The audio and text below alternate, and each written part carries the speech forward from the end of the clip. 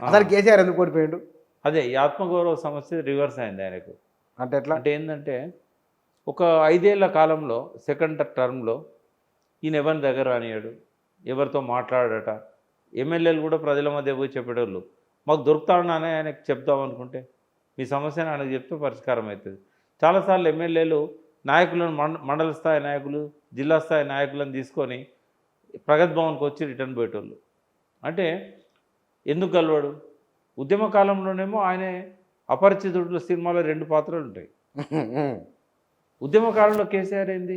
అందరినీ కలిసి ఎవడు రాని భోజనం పెట్టేది ఇంటికి, డైనింగ్ టేబుల్ మీద ఒక్కడి దినంగా ఎన్నడూ చూడలే నేను. అంటే ఒక మనిషి ఇంత చనువుగా ఉండి పేరు పెట్టి భుజం చేసి పల్లెనిద్రప్పుడు ఇంటికి వచ్చి వాళ్ళ ఇంట్లో గడంచెలు పండుకొని పొద్దున్న లేసి ఆపులు వేసుకొని అందరు భుజాల మీద చేతులు వేసుకొని వాడవాడ తిరిగిన వ్యక్తి, ఉద్యమ కాలంలో ప్రతి వ్యక్తిని పేరు పెట్టి పిలిచి ఆదరించిన వ్యక్తి సీఎం కాగానే గింత గమ్మండా, మమ్మల్ని లెక్క చేయడా? అంటే సీఎం అయితే బిజీ అవుతాడు, కానీ అసలే దగ్గర రాని పరిస్థితి ఉన్నదనేది వాస్తవంగా. ఆయన ఎప్పుడు ఎవరిని కావాలన్నా పిలుచుకునేటోడు.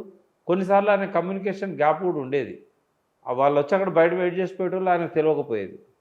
అంటే దేవుడు వరం ఇచ్చినా పూజారి వరం ఇయ్యడం అంటారు కదా. అంటే పూజారి ఆ సీఎంఓలో ఉన్న కొంతమంది ఇప్పటికి కూడా ఉన్నారు కేసీఆర్ చుట్టూ. ఎవరు వచ్చినా ఆయనకు చెప్పారు. ఎవరు వాళ్ళు? ఇప్పుడు తెలుసుకోండి మరి. పేరు చెప్పాను. బట్ ఏంటంటే చాలామంది ఆయనకు ఆ వ్యక్తి ముందరనే చెప్పారు, సార్ మేము ఈ పార్టీ వదిలిపెట్టిపోవడానికి ఈ వ్యక్తి కారణం. మేమేం చెప్పినా మీకు చెప్పకపోయేది, మమ్మల్ని కలవనీయకపోయేది. అంటే ఒక్కరు కాదు, ఇట్లాంటి వ్యక్తులు 5-6 ఉన్నారు అక్కడ.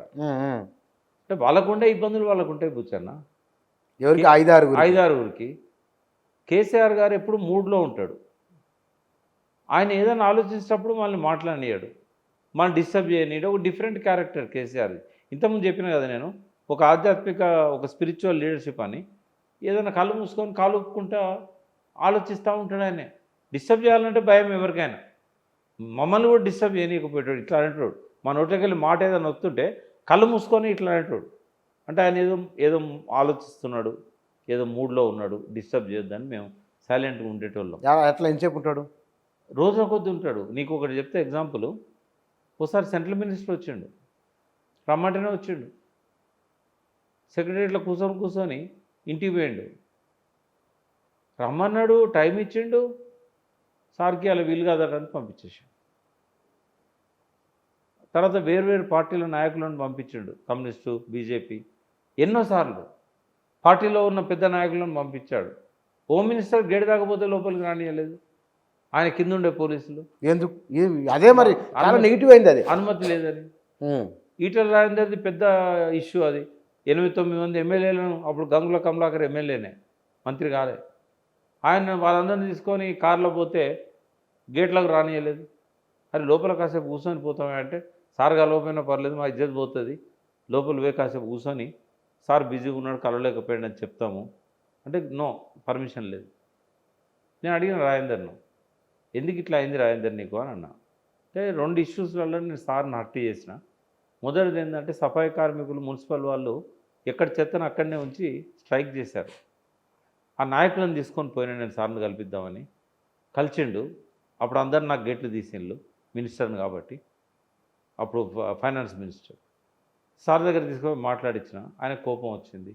ఈయన నా ట్రేడ్ యూనియన్ లీడరా, ఈయన మంత్రా, ఎందుకు వీళ్ళని తీసుకొని వచ్చాడని చెప్పి ఆయనే నా మీద గరుగురు అన్నాడు. అప్పుడు అనలేదు, నేను పోయినాక అన్నాడు. నాకేమో ఈ విషయం తెలియలేదు. రెండోసారి నేను మళ్ళీ ఆర్టిస్ట్ కార్మికులు సమ్మె చేస్తా అంటే వాళ్ళని తీసుకొని పోయినా. పోతే రెండోసారి నేను పోయినాక వాళ్ళతో మాట్లాడండి, కానీ అందరికీ ఇన్స్ట్రక్షన్లు ఇచ్చిండట, ఇంకోసారి ఈటల రాజేందర్ లోపల రానియద్దని. ఇక చెప్పిండు బయటకు వచ్చినాక. ఎందుకంటే ఇక ఆయన బయటికి పంపిన పద్ధతి కూడా ఎవరికి నచ్చలేదు. కూర్చొన్న రాజేందర్ సైజ్ పెంచింది ఎవరు? కేసీఆర్. రాజేందర్ను సైజ్ తగ్గేయడానికి బయటికి పంపింది కేసీఆర్. హరీష్ రావుకు రాజేందర్కు మంత్రి పదవి ఇవ్వనందుకే 4 పార్లమెంట్ సీట్లు పోయినాయి. అదొక కారణం. జితేందర్ రెడ్డిని, వివేక్ను లాస్ట్ మినిట్ దాకా పెట్టుకొని నమ్మించి డిక్లేర్ చేసినప్పుడు వాళ్ళ పేరు లేవు. అంటే చంద్రబాబు నాయుడు కేసీఆర్కు ఏ అవమానాన్ని అయితే ఇచ్చారో అదే అవమానాన్ని జితేందర్ రెడ్డికి ఇచ్చాడు, అదే అవమానాన్ని వివేక్కి ఇచ్చాడు. అదే అవమానాన్ని రాజేందర్కి ఇచ్చాడు, అదే అవమానాన్ని హరీష్కి ఇచ్చాడు.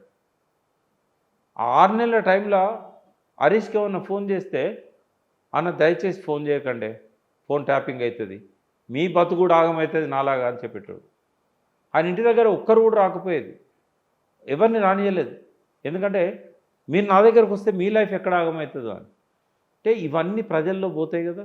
పోయినాయి. నిజంగా చెప్పాలంటే నేనైతే నెగటివ్ నుంచి తెలంగాణ ఉద్యమాన్ని లేపి టీఆర్ఎస్ పార్టీ ఏర్పడడానికి ఆయనతో చిరకాలం ఉన్నందుకు నేను కేసీఆర్ గారికి 51 మార్క్ ఇస్తే హరీష్ రావుకు 49% ఇస్తా.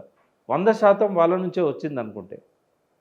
ఒక 1% కేసీఆర్ ఎక్కువ, కానీ హరీష్ లేకపోతే తెలంగాణ ఉద్యమం లేదు, హరీష్ లేకపోతే తెలంగాణ పార్టీ లేదు.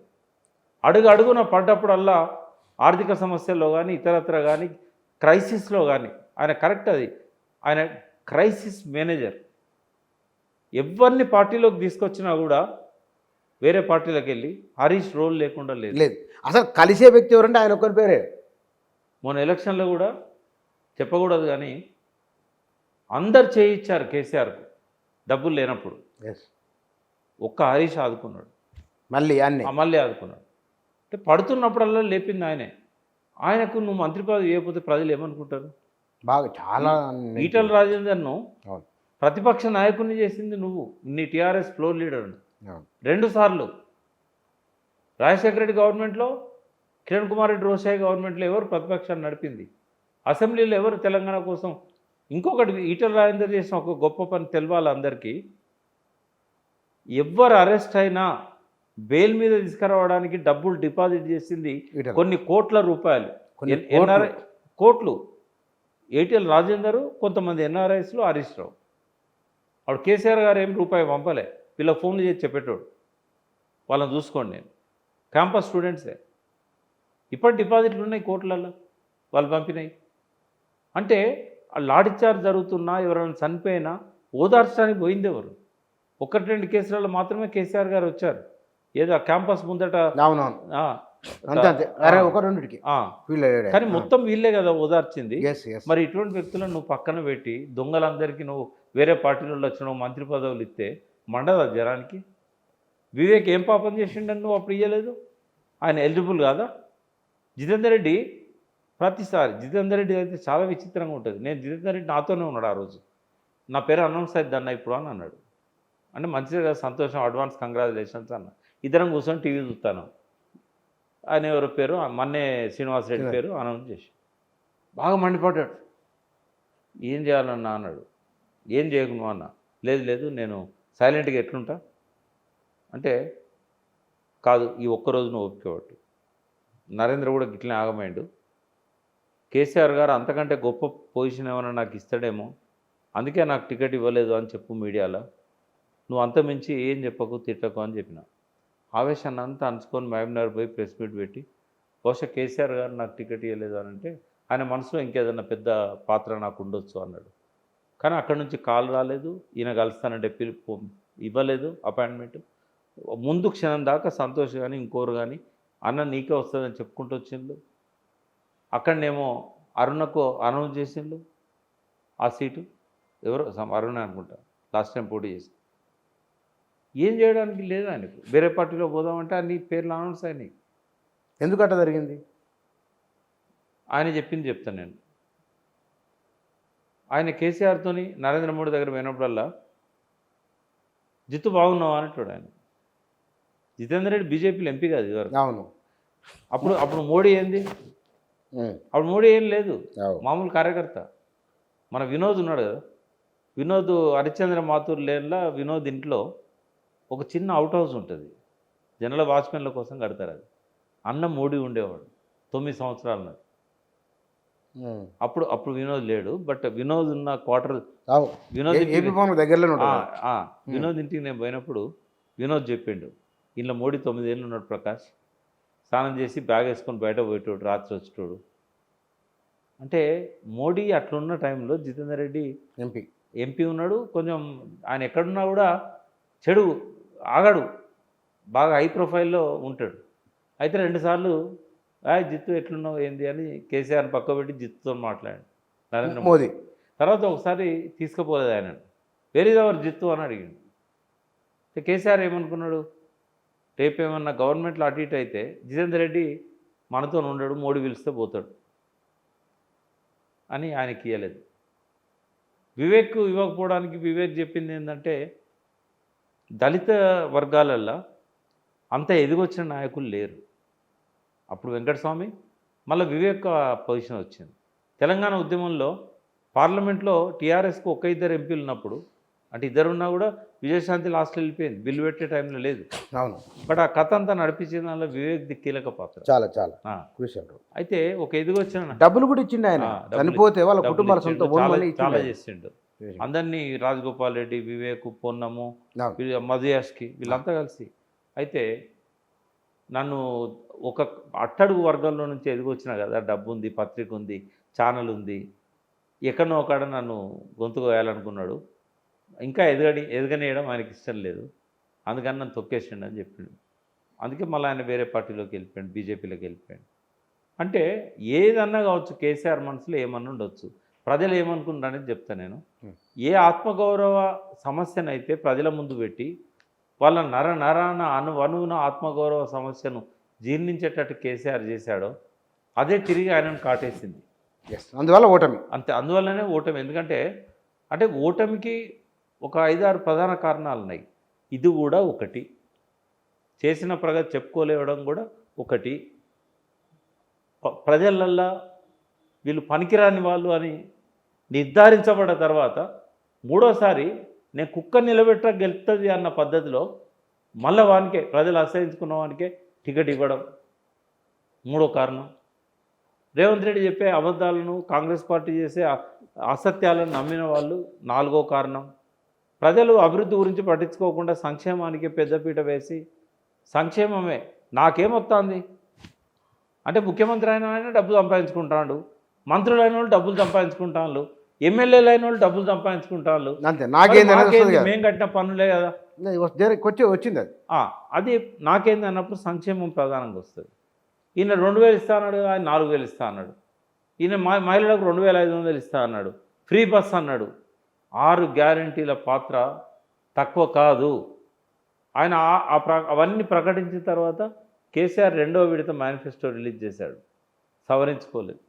మళ్ళీ రేవంత్ రెడ్డితో ప్రభావితమై అందులో చెప్పిన వాటిని మళ్ళీ ఇంకే చేసిండు. అది మొత్తం అది అంటే ఆడ లీడ్ చేసింది ఎవరు? ఎలక్షన్ క్యాంపెయిన్ లీడ్ చేసింది కాంగ్రెస్ అయితే అనుసరించింది కేసీఆర్ అయ్యింది. కర్ణాటకలో ఎప్పుడైతే 6 గ్యారంటీలు 5 గ్యారంటీలు అక్కడ సక్సెస్ అయిందో ఆలోచించాల్సి ఉండే. ఏం పోయేది, బస్సు ఫ్రీ బస్సు కేసీఆర్ పెట్టకపోయేటోడా? నెలకు 3 కోట్లే కదా ఈజీగా. ఇప్పుడు ఇట్లా ఆయన ఆలోచనలు ఎందుకో మందగించినాయి మొత్తం. ఇక్కడ ఒక్క నిమిషం, ఇక్కడ ఒక ఇంపార్టెంట్ విషయం చెప్తా. ఎప్పుడూ ఐప్యాడ్ ఆయన చేతిలో ఉంటుంది, సెల్ ఫోన్ పట్టాడు కానీ ఐప్యాడ్ పడతాడు. ఎప్పుడు ఎల్ఈడి లైట్ల కింద కూర్చుంటాడు. ఈ నాన్ అయనైజింగ్ రేడియేషన్ ఏదైతే ఎల్ఈడి నుంచి వస్తుందో అది మన న్యూరాన్స్ని దెబ్బతీస్తుంది. ఓహో, ఇప్పుడు ప్రగతి భవన్ తర్వాత సెక్రటేరియట్ ఎంత దేదీప్యమానంగా వెలుగుతూ ఉంటుంది. అవును, అక్కడ ఉన్న ఎంత రేడియేషన్ అది అంటే మైండ్ని పనిచేయకుండా చేస్తుంది పుచ్చన్న. అవునా? మనల్ని సమయస్ఫూర్తి, చురుగ్గా ఆలోచించడము ఇవన్నీ పోతాయి, డల్నెస్ వస్తుంది. విరుగుడు ఏంటి మరి దీనికి? ఉన్నది విరుగుడు తర్వాత నేను చెప్తాను. మళ్ళీ ఒక మాటలో చెప్పండి. హిమాలయాస్లో కొన్ని మొక్కలు ఉన్నాయి, ఆ పౌడర్లో దీని విరుగుడు ఉంది. అదొకటి పిరమిడ్ షేప్లో కానీ లేకుంటే ఎల్ఈడికి పైన ఒక పూతలాగా కానీ పూసినట్టయితే ఆ రేడియేషన్ అనేది బయటికి రాదు. ఒకవేళ ఒక రూమ్లో అది పెట్టుకున్నట్టయితే అది ఆ రేడియేషన్ అనేది రాదు. ఎక్కడ దొరుకుతుంది? అది అదృష్టవశాత్తు నా దగ్గరికి వచ్చింది. ఇప్పుడు నేను ఇంటర్నేషనల్ లెవెల్లో గ్లోబల్ కంపెనీ ఒకటి పెట్టి దీన్ని ట్రేడింగ్ చేయడానికి నేను ప్రయత్నం చేస్తున్నా. నెక్స్ట్ మాట్లాడదాం. ఇదేంటంటే చిన్నపిల్లలకు బాగా ఉపయోగపడుతుంది. చిన్నపిల్లలు ఎప్పుడు సెల్ ఫోన్ పట్టుకుంటారు కదా, అవును, వాళ్ళ న్యూరాన్స్ అన్ని దెబ్బతింటాయి. కొన్ని రకాల మానసిక జబ్బులకు కారణమవుతుంది. కళ్ళ రెటీనాను దెబ్బతీస్తుంది. ఇవన్నీ ఇప్పుడు కేసీఆర్ మీద మాత్రం డెఫినెట్గా ఒక్కటైతే చెప్పగలుగుతా, ఎలక్షన్ల ముందు కేసీఆర్ ఆలోచించిన పద్ధతి, షార్ప్నెస్, అద్భుతమైన వ్యూహము, ఎత్తుగడలు, ఆయన ఉపన్యాసంలో ఆయన మించిన వాడు లేడు. కానీ అత్యంత పేలవైన ఉపన్యాసాలు మొన్న అయినాయి. రిపీటెడ్గా ఎస్ 96 ఉపన్యాసాలు ఒక్క తీరుగానే ఉంటాయి. ఊరు పేర్లు మారుతాయి, నియోజకవర్గ అభ్యర్థుల పేర్లు మారుతాయి. రొటీన్ ఉన్నది. ఎట్లా అయిపోయిందంటే పిల్లలు కూడా చెప్తుండ్రు ఇప్పుడు ఈ మాట అంటాడు చూడు అని. అవును అవును. అంటే ఇవన్నీ కూడా ఆయన దెబ్బతీసిన పిచ్చాను. ఇది కూడా ఒక కారణం అని చెప్తుంది.